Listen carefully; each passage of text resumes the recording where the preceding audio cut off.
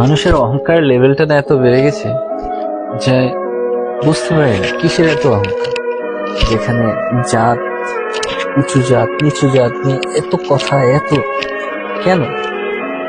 আসলে এক কথা বলতে গেলে তো আমরা সবাই মানুষ নাকি? আমরা সবাই একদিন মরে যাব। মরে যাওয়ার পরে মাটিতে পোকামাকড়রা খাবে। আমি এটা বুঝতে পারি না, যারা উঁচু জাত নিয়ে এত প্রসঙ্গ করে তাদেরকে কি কোনো পোকা দিয়ে খাওয়ানো হবে?